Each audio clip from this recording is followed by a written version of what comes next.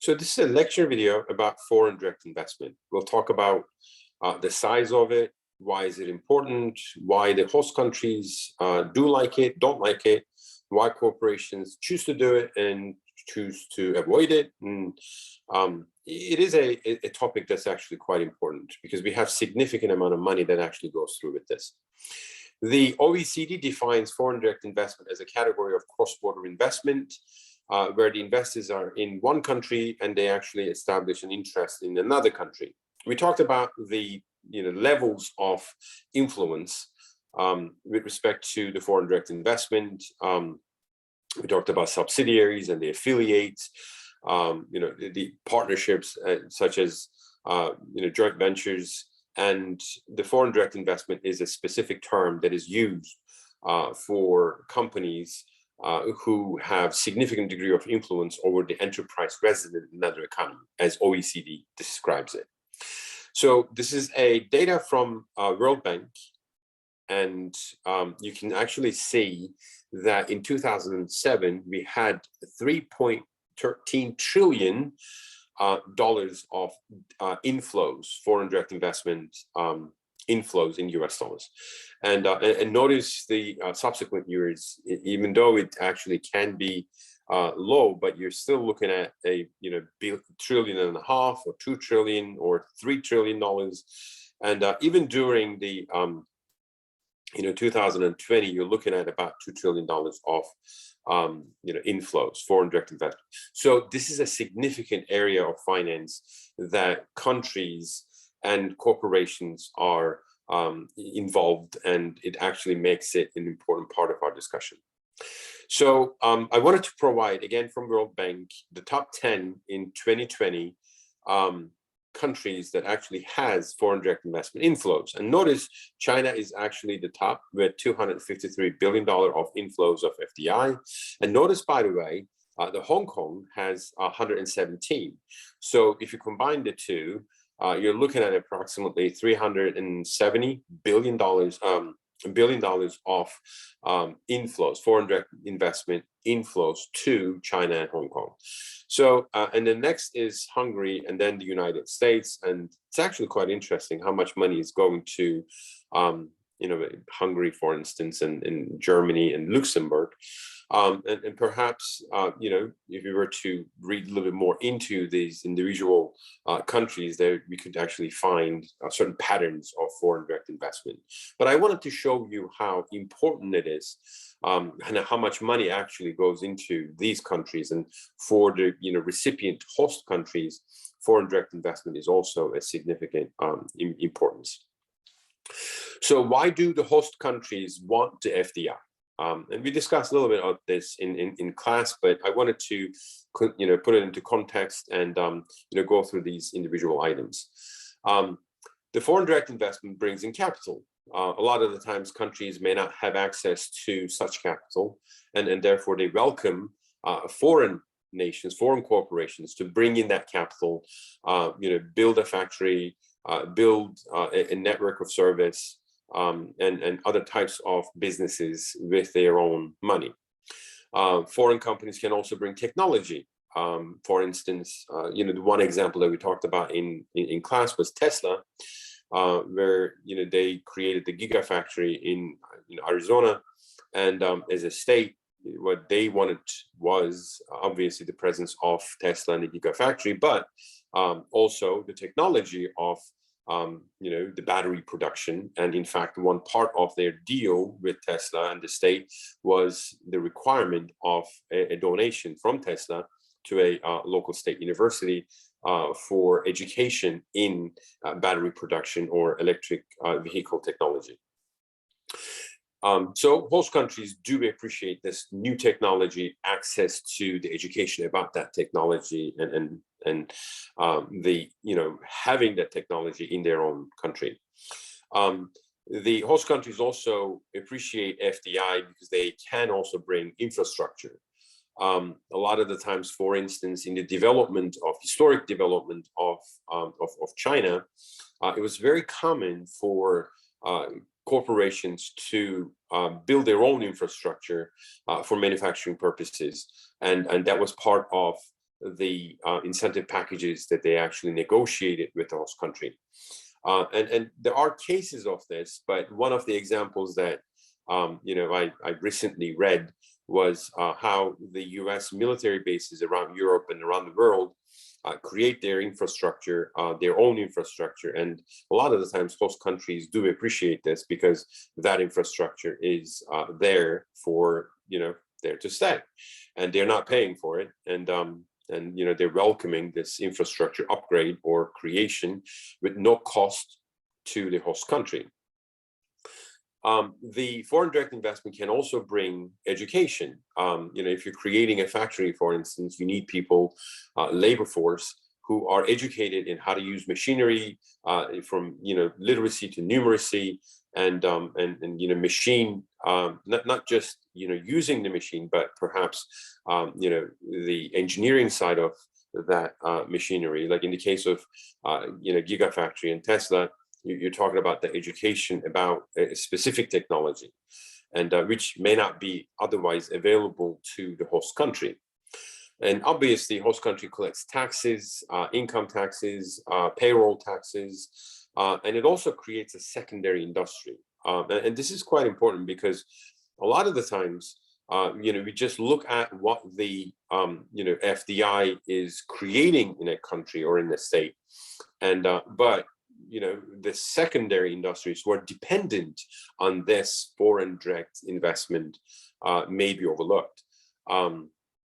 So this can be, say for the auto manufacturing industry, if we are talking about an assembly production in Mexico or in Canada, the secondary industries could easily involve transportation, services that involve, like for instance, there will be hundreds, if not thousands, of people working there. So there will be construction, there will be schools, there will be hospitals, and all sorts of industries that will be built around that foreign direct investment in that area. And it generates, an actual civilization, if you will. It actually generates income, taxes. It creates better infrastructures, and so on and so forth. So it also creates synergy. The foreign companies who actually operate in the U.S.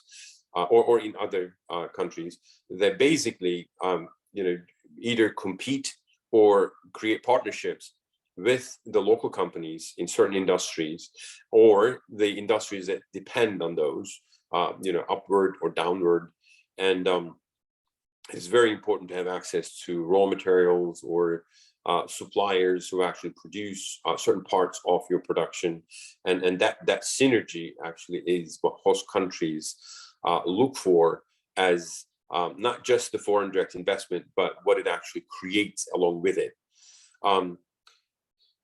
The foreign direct investment also creates competition. Now, in the next slide, we're going to see that competition can also be bad, but it also can be good.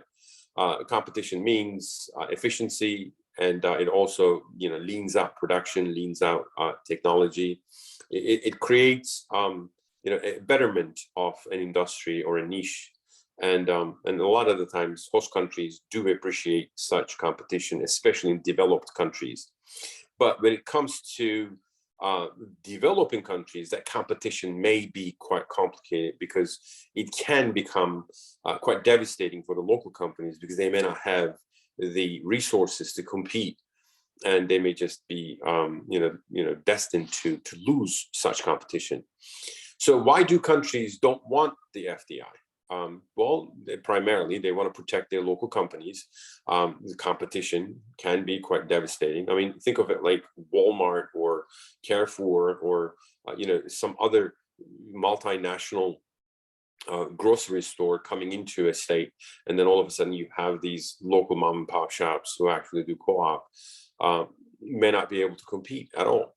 And that's a problem, and or it may be a problem, and therefore countries may want to protect their local companies. Countries may want to protect their resources. For instance, one of the things that I was reading the other day was the rare earth minerals in China. Evidently, we have these minerals all around the world, but they seem to be in larger pockets in China, which makes mining cheaper and access easier. And companies need these rare earth minerals, and sometimes they will do the foreign direct investment just so that they would have access to these natural resources. But in the case of the host country, they may want to protect their national interests, and therefore these resources may not be as willingly available to the FDI. The host countries may not want to be dependent on foreign capital. They may simply want to grow themselves, because the foreign capital just as easily comes into a country. It also can just as easily leave. And this dependency on the foreign capital may not be preferable to certain countries. It may also come with certain political influence, and certain countries may not appreciate such political influence of foreign corporations in their decision process, perhaps when it comes to environmental concerns or social cultural concerns or labor protection and such. We also have environmental concerns. Some countries, some corporations will choose countries for their foreign direct investment because of their loose or less than perfect environmental regulation. And therefore, the countries may want to protect their own environment, and therefore they may choose not to welcome the foreign direct investment for, who's coming for that specific purpose. The host country may want to protect their social or cultural structure, and the FDI may risk such or may expose the society to such social and cultural changes. And the countries may resist foreign direct investment based on such concerns. And these concerns can be anything from religious to historic, and any sort of concerns. So now that we talked about why host countries want it and don't want it, now let's talk about why corporations want to FDI and why they don't want to FDI. So from a corporate perspective, you're looking at a larger market. And, like for instance, when Hyundai comes to the US or Volkswagen comes to the US, you are immediately talking about 350 million people, that have perhaps a higher purchasing power than many other countries. And therefore, it creates a significantly larger market for these foreign direct investment in the US. When Tesla wanted to produce their cars and sell them in China, you're looking for a market that's perhaps a little bit more welcoming to electric vehicle technology. And especially for the bigger cities, electric vehicles may be more suitable, and therefore a country like China may be ideal for electric vehicles, and therefore Tesla would be looking at a larger market with over 1 billion people in the market, and over a significantly higher number of cities than many other countries. Corporations also may want to access capital. Like for instance, a company who is in a country where the capital may be scarce or more harder to get, harder to obtain, and more expensive to obtain, having an FDI in a country like US or in a country like European Union, the company may have access to the capital markets, to equity markets, and therefore they may actually choose FDI for the sole purpose of having access to such capital markets. Another reason for corporations to want FDI would be the access to natural resources. And this one, along with the transportation hubs, for instance, go hand in hand. So for a company who's producing, say, cars, one of the important things is to be able to transport, the cars that they're produced. So, you want to have access to water, and therefore you can send your cars with ships rather than railroad or rather than any other transportation. So ships are cheaper. And so having access to water obviously is a significant deal. Having access to natural resources, like the example that I gave for the Chinese, rare earth minerals, and and sometimes simply having resources as in the case of drinkable water, forestation, certain things that, if you're producing silicon-based production, then countries that actually have natural silicon available and so on and so forth. So a lot of the times corporations will want to have the FDI based on how they can access to the natural resources of the host country and how they can have access to the transportation hubs. Host countries may also provide incentives, and this is very common. I mean, obviously, like we talked before, just a minute ago, host countries may provide tax incentives just so that the FDI could come. They could allure FDI in. It could also involve providing infrastructure. It may involve, payroll taxes, incentives, and whatnot. So, for instance, when Volkswagen wanted to build a factory in Chattanooga, I remember that the state of Tennessee, I think, provided incentives that amounted to I think about $800 million. And it was significant because they provided, the infrastructure and the tax incentives and whole sorts of incentives. And, what are they getting in return? Well, they're getting Volkswagen in Chattanooga. And that creates employment, that creates taxes in the long run. It creates secondary market, just like we talked before. But the corporations may want to have these incentives, and therefore they may want to have, have the FDI. So Tesla actually did a pretty smart strategy when they were choosing a location for Gigafactory, and they had California, Arizona, even the state of Louisiana, and many other states to bid for the Tesla's Gigafactory, and everybody offered certain incentives to Tesla. And I think Tesla at that time was looking for cash payment, and none of the states were actually willing to pay a cash payment, but the incentives were impressive. These states were paying for infrastructure. They were paying for, they were exempting Tesla from income taxes in the state, payroll taxes in the state. It was incredible. So it was a good example how or why a corporation would want to choose to invest in an FDI. Obviously, cost could be a significant concern. Labor costs, environmental costs, taxes, the cost of building an infrastructure, cost of building a manufacturing facility, cost of building a sales network, cost of building a research facility, cost of research, cost of money in the host country may all be incentives for the corporations to pursue FDI.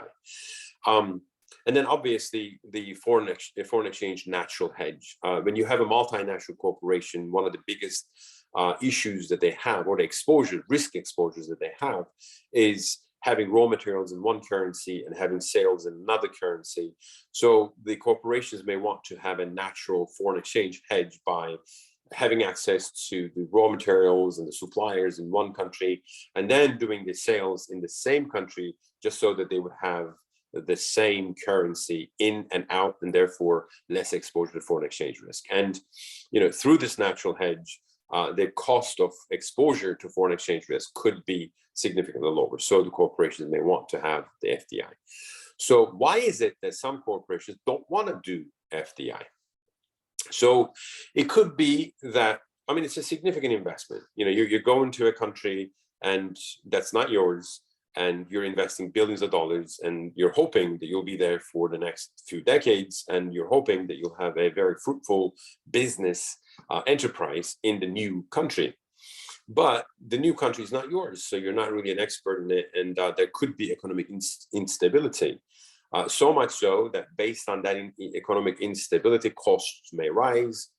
The environment could become hostile. The environment could become too competitive for your taste. It could become prohibitive, and your existence in that country may become not viable anymore. There's always the risk of political exchange. We talk about the YPF example in class, and we'll have a quiz on that. And it's actually really incredible, because once a company can be privatized or allowed to have an FDI in a host country, and then after the political change, this entire climate can change, and the entire situation may become hostile.